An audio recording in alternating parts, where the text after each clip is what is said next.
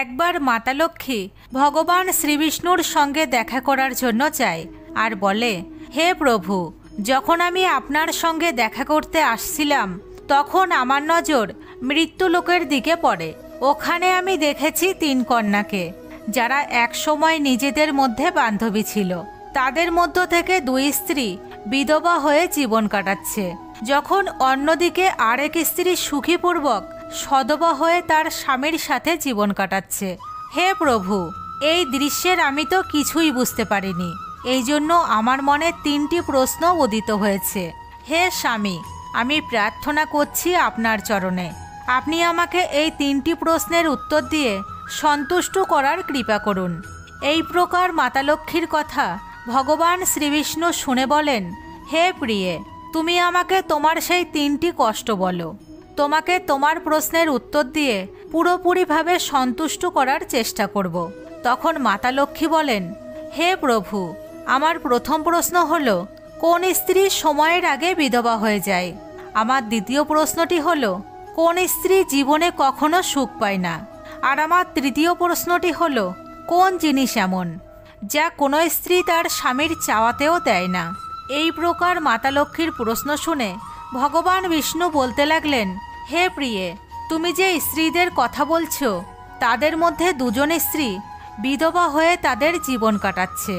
এখানেই এক স্ত্রী সধবা হয়ে তার স্বামীর সাথে সুখী জীবন কাটাচ্ছে। তুমি জানতে চাও এমনটা কেন হয়েছে? এই জন্য আমি তোমাকে একটি ছোট কাহিনী শোনাচ্ছি। এই কাহিনী অনেক মনোযোগ সহকারে শুনবে। ভগবান বিষ্ণু বলতে শুরু করলেন, হে লক্ষ্মী, তোমার 3টি প্রশ্নের উত্তরই এই ছোট গল্পের মধ্যে সীমিত। যদি তুমি মনোযোগ সহকারে শোনো তাহলে তোমার 3টি প্রশ্নের উত্তর অবশ্যই জানতে পারবে, সাথে তুমি সন্তুষ্টি প্রাপ্তি করতে পারবে। মাতা লক্ষ্মী বলেন, হে প্রভু, আমি আপনার সাথে একমত। আপনি কাহিনী শুরু করুন। আমি অবশ্যই মনোযোগ সহকারে আপনার কাহিনী শুনব। যতক্ষণ আপনি কাহিনী বলবেন ততক্ষণ আমার মন অন্য কোনো স্থানে যাবে না। বন্ধুরা, আপনারা যারা এই ভিডিওটি দেখছেন অবশ্যই শেষ পর্যন্ত দেখবেন, কারণ আজকের কাহিনী অনেকই মহত্বপূর্ণ হতে চলেছে। আসুন তাহলে আজকে ভগবান বিষ্ণুর কাছের থেকে আমরা নতুন কিছু শিখি। সাথে যারা এই ভিডিওটি দেখছেন, মাতা লক্ষ্মী তাদের সবার ঘরে সদা সর্বদা বিরাজ করবে এবং মাতা লক্ষ্মী যেন তাদের ঘরে কখনো কোনো ধনের কমি হতে না দেয়। সদা সর্বদা যেন তারা সুখীপূর্বক পরিবারের সাথে জীবন অতিবাহিত করে। ভগবান বিষ্ণু বললেন, হে লক্ষ্মী, সবার আগে আমি তোমাকে ওই স্ত্রীর কাহিনী শোনাচ্ছি যে সধবা হয়ে সুখী জীবন কাটাচ্ছে। দেখো, যে সধবা স্ত্রীর কথা তুমি বলছো ওই স্ত্রী এক রাজার চাকরের স্ত্রী। যে চাকরেরও স্ত্রী, ওই চাকরের তার স্ত্রীর ওপর পূর্ণ বিশ্বাস আর ভরসা আছে যে সে পতিব্রতা, যার মহিমা তার সাথীদের কাছে সে বারবার বলে।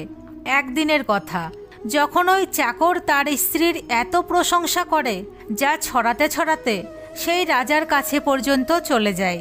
এরপর রাজা তার সেই চাকরকে ডাকেন আর সেই চাকরকে বলেন, তুমি প্রত্যেকের কাছে বলে বেড়াও তোমার স্ত্রী পতিব্রতা। সত্যি কি বাস্তবে তোমার স্ত্রী পতিব্রতা? তোমার কি তার ওপর পূর্ণ বিশ্বাস আছে? এই প্রকার রাজার কথা শুনে চাকর বলতে লাগলেন, মহারাজ, আমার পুরো বিশ্বাস আছে, আর পুরোর থেকেও আগে বিশ্বাস আছে। আমার স্ত্রী সম্পূর্ণভাবে পতিব্রতা। এই সময় রাজার মন্ত্রী বলতে লাগলেন, যদি আমি তোর স্ত্রীর পতিব্রতা ধর্ম খণ্ডিত করে দিই তাহলে তোর কি সাজার প্রাপ্তি হবে? তখন চাকর বলল, যদি আপনি আমার স্ত্রীর পতিব্রতা ধর্ম খণ্ডিত করতে পারেন তাহলে হে মহারাজ, আপনি আমাকে ফাঁসি লাগিয়ে দেবেন।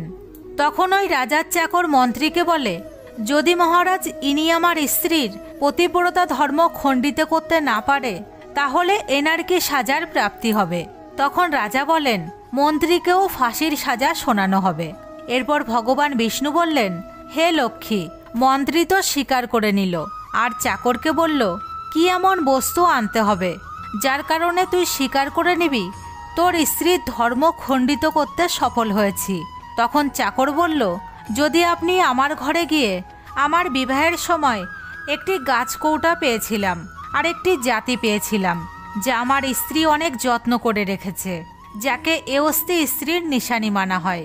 যদি আপনি গাছকৌটা আর জাতি নিয়ে এসে আমাকে দেন, তাহলে আমি মেনে নেব আমার স্ত্রীর ধর্ম আপনি পুরোপুরিভাবে নষ্ট করে দিয়েছেন। তখন শর্ত স্বীকার হয়ে যাবার পর ওই মন্ত্রী শহরে যায় আর এক দূতির সাথে মিলিত হয়, যে দূতি একে অপরের সাথে দেখা করানোর কাজ করতেন। আর যে কাজ কেউ করতে পারত না, সেই কাজও সে করতে সক্ষম ছিল। এই প্রকার সেই মন্ত্রী সেই দূতিকে তার স্বার্থের জন্য ডাকেন এবং তাকে বলেন, দেখো, এই নামের এক ব্যক্তি আছে, তার সঙ্গে আমার শর্ত হয়েছে। এরপর তার শর্তের সমস্ত কথা সেই দূতিকে বলে দিলেন।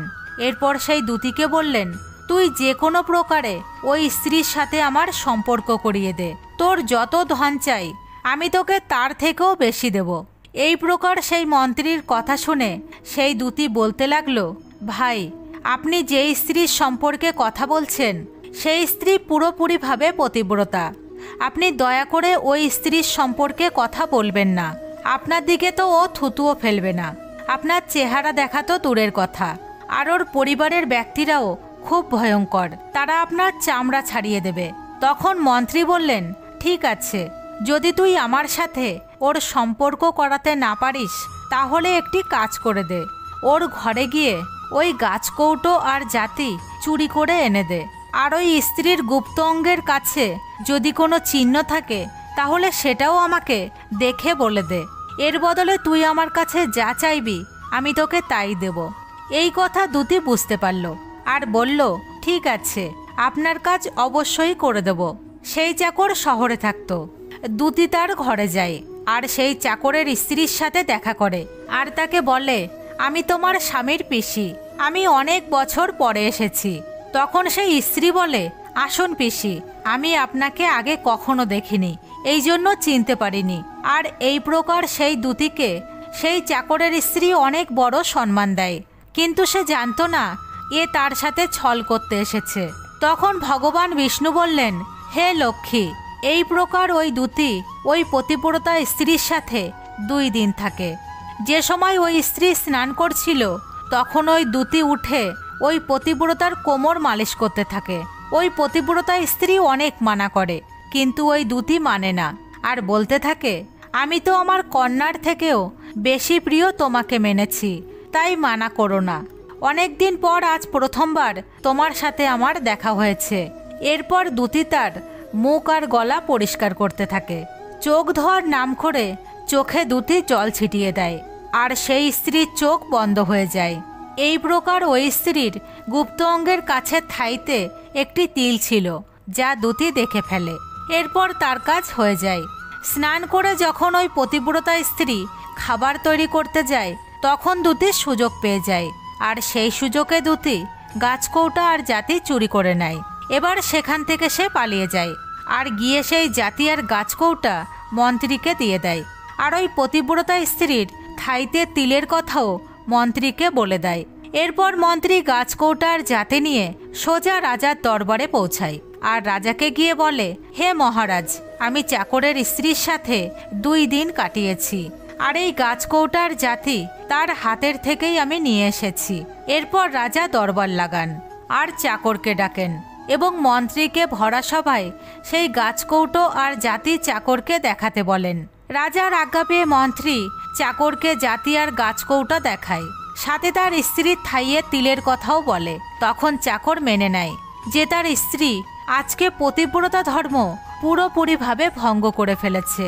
নারায়ণ বললেন, হে লক্ষ্মী, এরপর রাজা ফাঁসির দিন 15 দিন পর ধার্য করে আর বলেন চাকরকে 15 দিন পর ফাঁসিতে চড়ানো হবে। আর এই প্রকার চাকরের কাছে রাজা তার শেষ ইচ্ছা জিজ্ঞাসা করেন। তখন চাকর বলে, আমি আমার স্ত্রীর সাথে শেষবারের মতন দেখা করতে চাই। এই প্রকার রাজা সেই চাকরকে আজ্ঞা দেয় যে, ঠিক আছে, তুমি তোমার স্ত্রীর সাথে দেখা করতে পারো। এরপর চাকর বাড়ি যায় আর তার স্ত্রীকে বলে, তুমি আমার সাথে অনেক বড় বিশ্বাসঘাতকতা করেছো। আমি তোমার বিশ্বাসের ওপর মন্ত্রীর সাথে এমন শর্ত লাগিয়েছিলাম যে রাজার দরবারের সামনে বলেছিলাম, আমার স্ত্রীর পতিব্রতা ধর্ম যদি কেউ নষ্ট করতে পারে তাহলে আমাকে ফাঁসি লাগিয়ে দিও। এখন আমাকে 15 দিন পর ফাঁসি লাগানো হবে। আমার সাথে বিশ্বাসঘাতকতা করে তুমি ঠিক করনি। ওই পতিব্রতা স্ত্রী তার স্বামীকে সব কথা বলে, কিন্তু চাকরের বিশ্বাস হয় না, আর সে রাজার দরবারে পৌঁছে যায়। চাকর রাজার দরবারে পৌঁছাতেই তাকে কারাগারে বন্দি করা হয়। আর অন্যদিকে চাকরের পতিব্রতা স্ত্রী তার পরমাত্মা ভগবানকে স্মরণ করে আর তার রূপের পরিবর্তন করে রাজার দরবারে পৌঁছে যায় আর রাজার কাছে নাচ দেখানোর জন্য প্রার্থনা করতে থাকে। কারণ ওই স্ত্রী খুবই সুন্দরী ছিল, সাথে রাজাও খুব শৌখিন ছিল। এই জন্য তিনি আজ্ঞা দিয়ে দেন সমস্ত মন্ত্রী আর সভা পরিষদ উপস্থিত হয়ে এই সুন্দরীর নাচ দেখানোর ব্যবস্থা করার জন্য। নারায়ণ বললেন, হে লক্ষ্মী। এরপর তো সমস্ত মন্ত্রী সভা পরিষদ দরবারে উপস্থিত হয়। এবার ওই চাকরের স্ত্রী নাচতে শুরু করে। তখন রাজার ওই স্ত্রীর নাচ খুবই সুন্দর লাগে এবং রাজা বলে, তুমি আমার কাছে কি চাও? তুমি যা চাইবে আমি তোমাকে তাই দেব। তখন সেই স্ত্রী বলে, হে মহারাজ, আপনার সভাতে আমার চোর আছে যে আমার টাকা চুরি করেছে, কিন্তু আজ পর্যন্ত ফেরত দেয়নি। তাকে ফাঁসির সাজা দিয়ে দিন। তখন রাজা বলে, ঠিক আছে, বলো আমার দরবারে কে তোমার চোর, তার নাম কি? আমি তাকে ফাঁসির সাজা অবশ্যই দেব। তখন সেই চাকরের স্ত্রী বলে, হে মহারাজ, আপনার মন্ত্রী আমার চোর, আপনি এনাকে ফাঁসির সাজা অবশ্যই দিন। মন্ত্রী যখনই শুনল এই সুন্দরী স্ত্রী আমাকে তার চোর বলছে, তখন মন্ত্রী বলে, মহারাজ, আমি দিব্যি খেয়ে বলছি, আমি এর কখনো কিছু চুরি করিনি। আমি একে আজ পর্যন্ত কখনো দেখিনি, তাহলে চুরি কিভাবে করলাম? আমি তো আজ পর্যন্ত কোনোদিন এর মুখই দেখিনি। এবার ভগবান বিষ্ণু বললেন, হে লক্ষ্মী, যখনই মন্ত্রী বলল এই সুন্দরীর আজ পর্যন্ত কোনোদিন আমি মুখই দেখিনি, তখন ওই সুন্দরী বলতে লাগলো, মহারাজ, এই মন্ত্রী আমাকে জানে না, তাহলে আপনি এনাকে জিজ্ঞাসা করুন গাছকৌটো আর জাতি কোথার থেকে এনেছে। আমি সেই চাকরের স্ত্রী যে আপনার এখানে কাজ করে, আর আপনি আমার নির্দোষ স্বামীর ফাঁসির সাজা শুনিয়েছেন। এখন আমি আপনাকে পুরো কাহিনী শোনাচ্ছি। এই আপনার মন্ত্রী আমার কাছে এক দূতিকে পাঠিয়েছিল, আমার থাইয়ের তিলের কথা জেনেছে, আর তিনি এই গাছকৌটার জাতি চুরি করে এনেছে। আপনার মন্ত্রীর পাঠানো দূতি যখন আমার ঘরে এসেছিলেন, তখন তিনি আমাকে বলেছিলেন তিনি আমার স্বামীর পিসি। তিনি প্রথমবার আমার ঘরে এসেছেন, এই জন্য আমি তাকে চিনতে পারিনি। আর যেভাবে আমি সেই স্ত্রীকে এত বড় সম্মান দিয়েছিলাম আর আমার ঘরে থাকার তার সমস্ত ব্যবস্থা করেছিলাম। এই প্রকার রাজা সেই চাকরের স্ত্রীর কথা শুনে দূতিকে ডেকে পাঠালেন। দূতি সমস্ত সত্য কথা রাজাকে বলে দেয়। এরপর রাজা ওই চাকরকে ছেড়ে দেয় আর মন্ত্রীকে ফাঁসি দেয়। ভগবান বিষ্ণু বললেন, হে লক্ষ্মী, এই প্রকার ওই চাকরের পতিব্রতা স্ত্রী রাজাকে বলেন, হে মহারাজ, আমি আমার স্বামীকে অনেক ভালোবাসি।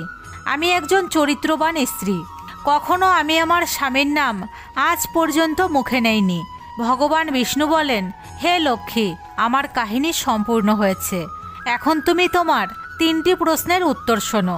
তোমার প্রথম প্রশ্ন ছিল, কোন স্ত্রী সময়ের আগে বিধবা হয়ে যায়? যে স্ত্রী তার স্বামীর নাম নেয় সে সময়ের আগে বিধবা হয়ে যায়, কারণ স্বামীর নাম মুখে আনলে স্বামীর আয়ু কম হয়ে যায় আর সময়ের আগেই তার স্বামীর মৃত্যু হয়ে যায়। এমন স্ত্রী যে স্বামীর নাম নেয় সে সময়ের আগেই বিধবা হয়ে এক দুঃখের জীবন কাটায়। এটাই ছিল গোপন রহস্য।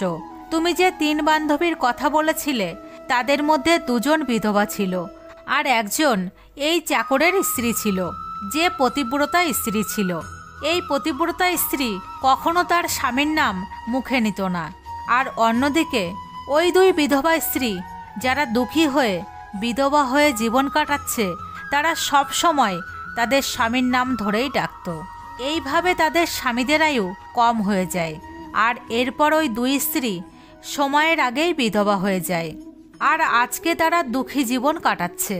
এই জন্য কখনো স্ত্রীদের তার স্বামীর নাম মুখে নিতে নেই। এখন তোমার দ্বিতীয় প্রশ্ন ছিল, কোন স্ত্রী জীবনে কখনো সুখ পায় না? তাহলে শোনো, যদি কোনো স্ত্রী তার স্বামীর অনুমতি বিনা কোনো তীর্থস্থান বা উৎসবে যায়, তার জীবনে কখনো সুখ আসে না। এমন স্ত্রী সারা জীবন সব সময় দুঃখী থাকে আর সে তার স্বামীর প্রেম কখনো পায় না। ভগবান বিষ্ণু বললেন, হে প্রিয়ে, তোমার তৃতীয় প্রশ্ন ছিল এমন কোন জিনিস যা কোনো স্ত্রী তার স্বামীর চাওয়াতেও দেয় না? তাহলে বুঝে নাও, সেই জিনিস গালি। এক চরিত্রবান স্ত্রী কখনো তার স্বামীকে গালি দিতে পারে না, আর যেই স্ত্রী গালি দেয় সেই স্ত্রীরা কখনো চরিত্রবান হয় না। আর এমন স্ত্রীরা সারা জীবন কান্না করে, তাদের জীবনে কখনোই সুখ আসে না, আর সময়ের আগেই এমন স্ত্রীরাও বিধবা হয়ে যায়।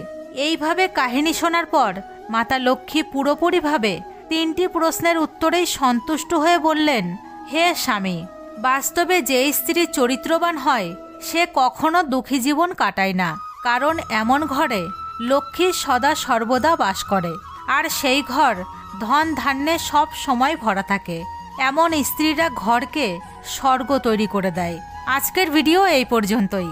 যদি আপনাদের আজকের ভিডিওটি ভালো লেগে থাকে তাহলে অবশ্যই চ্যানেলটিকে সাবস্ক্রাইব করে পাশে থাকবেন, সাথে ভিডিওটিকে অনেক অনেক শেয়ার করে অন্য অন্য বন্ধুদেরও দেখার সুযোগ করে দেবেন। এতক্ষণ সঙ্গে থাকার জন্য অসংখ্য ধন্যবাদ।